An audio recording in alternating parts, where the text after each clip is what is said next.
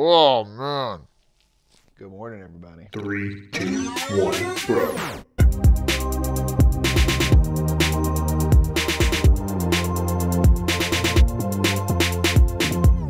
What's up, everybody? My name is Michael Lee Murphy, and we are upon our game shelf once again. You can tell it's daylight by all the God light shining through. Okay. We are going to be talking about this little section here, not the toys. Get them out of here. Get them out. Look at what Nick made.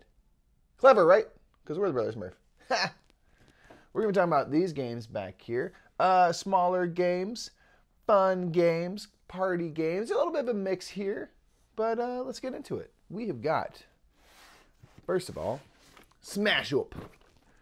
This is just Smash Up. This has, I think, one expansion in it that I bought Nick. This game is an enigma. Nick and I do not love this game. So many people love it. And I don't know why, what we're missing. And it makes me mad because I feel like that's all that is. Like, I keep thinking, like, have we just not played it right? Is there there's something we just messed up a rule and it's impeding the enjoyment because so many people really like Smash Up. I don't hate this game. I have liked it more the few times we've played it over the years. But like, this is a game that's going to be expanded upon forever and everyone's like excited by that. And I just don't understand what is wrong with us. I really do think it's an us thing, not a people thing. But like, don't love this game. Never play it. Once in a while, we'll like do it, and it's always like decent. I guess I get hung up on like the whole everyone's throwing down on like these common goals, and at least at the beginning, like when we first played, I just didn't like that. And now I'm trying to think. There's another game that we played recently that has the same kind of idea where multiple people can play toward a certain goal, and you ultimately want to be the one who's played the most. It was Unearth, was the game. And I liked the way that worked, so maybe there's hope for this game. Maybe we'll end up liking it, or it's just doomed to never be something that takes off for us, which is good because it'll save us money because there's a bunch of expansions and blah, blah, blah, blah. That is Smash Up. I don't think it's the game's fault. I think it's a human flaw.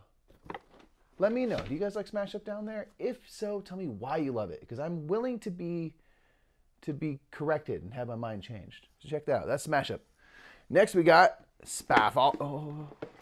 Oh, it's falling apart. Oh, everyone needs to be real still right now. Oh. Hey, out of that, we only lost one pack of cards. Okay, what the hell happened here? Spyfall is the game. We're going to put it there. I'm struggling, guys. I'm struggling. Spyfall is a really cool game. A little social deduction game. Nick gets really stressed out by this game, which is kind of fun to watch because he always gets the spy, which looks like that. Okay? In the game, there's just all these different locations. Each of these little baggies has 8 cards in it, 7 of which have a location and a picture, and one of it says spy. So whoever you're playing with, whatever number, you just make sure you have that amount of cards, one of which being the spy, the rest all being the locations. You shuffle, deal them out, everyone takes a peek, and then we begin. You start asking questions of each other and trying to figure out who's the spy while not giving away where you are. This was on my 5 games to play in a bar video, which you guys should absolutely watch if you want some suggestions of things to play in a bar for different scenarios. Spyfall is really fun to play a couple rounds of. The only thing for me, and I think Nick agrees, is that it's easy to get in like, let's play a round, let's play another round, let's play another round, let's play another round. And I'm like 2 and done with Spyfall. But it is a fun time every now and again, especially if you got a big party. You don't want to have to bog down people with rules. Great filler because you can play a couple rounds in 10 minutes. And then you're on to the next thing. So Spyfall can be a lot of fun in small doses. But that is Spyfall. What's next on the shelf? Ooh, a fave. This is Lanterns. This is a game that Nick found out about, made by Christopher Chung, good guy. And I think the story is that Nick was just really intrigued by the look, like the colors that you kind of build out this mosaic with these colors that are flowers floating on water. And it's just got a really kind of awesome, interesting system where you kind of are placing tiles next to each other, and based on what you place and where you're sitting, you're going to get cards corresponding to those colors. So if I'm the person sitting over here and Nick is across the way here and I play this card, Nick's going to get a white because the white edge is facing him. I'm going to get a red because the red edge is facing me.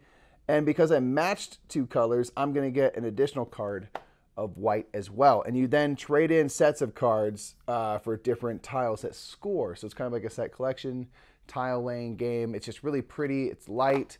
Plays 2 to 4, plays quick. This one you really can't fail. Really like it. There's a great little expansion. I think it's called the Emperor's Gifts that we have. And just adds just a little bit. And I really enjoyed that as well. So Lanterns is I would recommend you purchase, especially if you like pretty stuff. That is Lanterns. What's on that shelf? You tell me. Got another Renegade Games product. This is Fuse. This game is nuts. It's a real-time game. You play in 10 minutes, as the box would suggest, because the game will self-destruct in 10 minutes.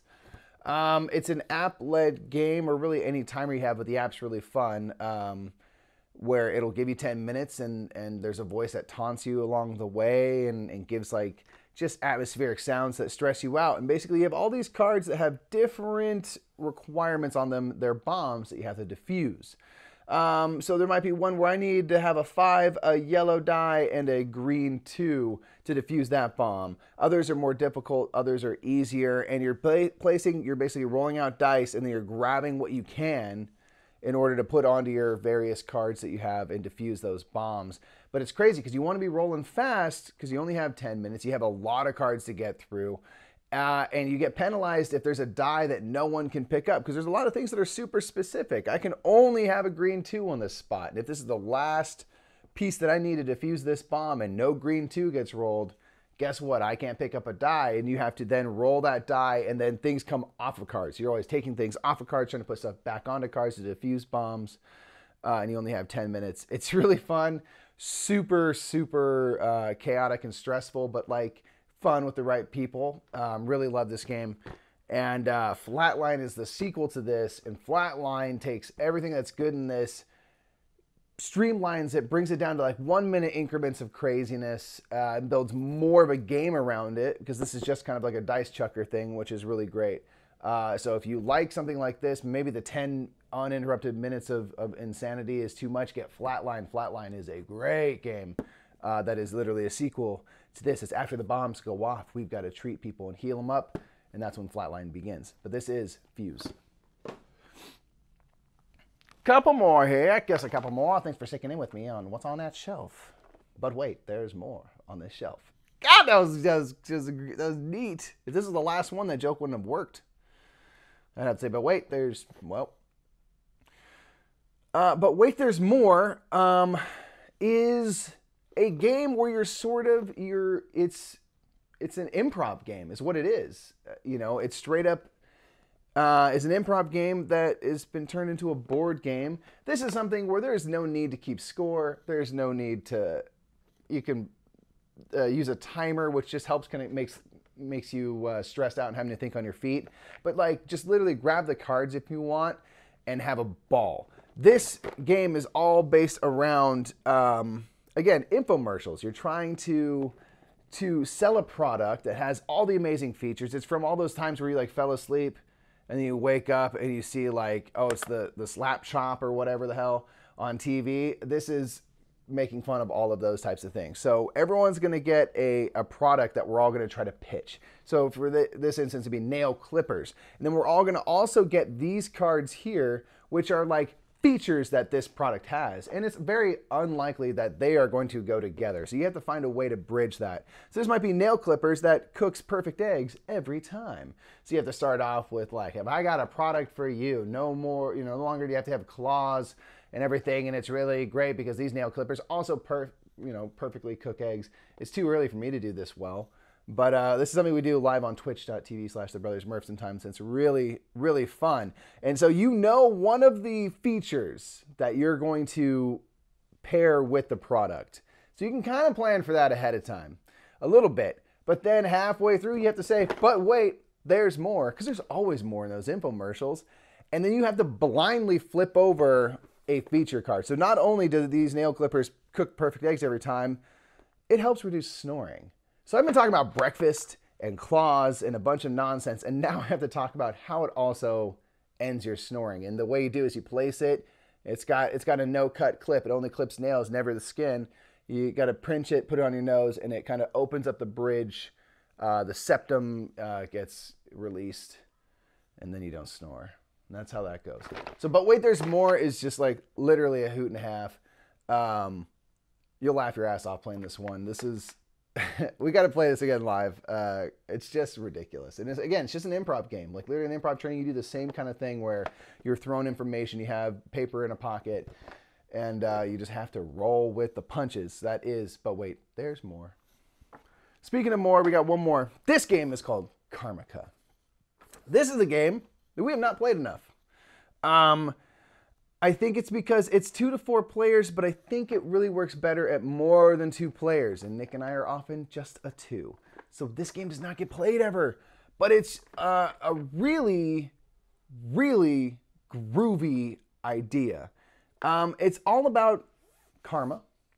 And it's all about us trying to reach enlightenment. And that's how you win. You go through these different rounds. You start off as beetles and you reincarnate to snakes, then wolves, then apes, and then finally we reach enlightenment. We hope. There's all these cards. There's kind of different categories of cards. Some that are a little more offensive and aggressive. Other things that just kind of help you build up stuff for later and so forth. And the really interesting thing is every card you play, like against somebody, that person has the opportunity to pick up that card and put it into their hand. So the whole idea of karma and what goes around might literally come around to you. So you have to be kind of careful. You need to kind of play aggressive. You want to win. But you also don't want to do things that are going to hurt your karma because you do need to reach enlightenment. And everything you play has the opportunity to be used against you in some way. So it's just a really interesting system. Beautiful art. I mean, just this is the kind of the score tracking board, stuff like that. And we don't play it enough. This is something that it's just, I get hung up on the whole. I want to play more than 2 players, and I need to bring it to Game Group or something and really give it a go because it's a really cool game. That is Karmika. That's going to be it for me, folks. Check us out on all forms of social media, as always. Again, twitch.tv/thebrothersmurph. Go ahead and give us a follow there so you get alerts for when we play these games live. If you want to see us play these things live, let us know in the comments below. Let us know if you have these games. Again, convince me about why Smash Up is great, because I just don't know what's wrong with me. And we'll see you next time on a different part of this here shelf. Happy Wednesday, everyone. Ciao. Such a cool video, right?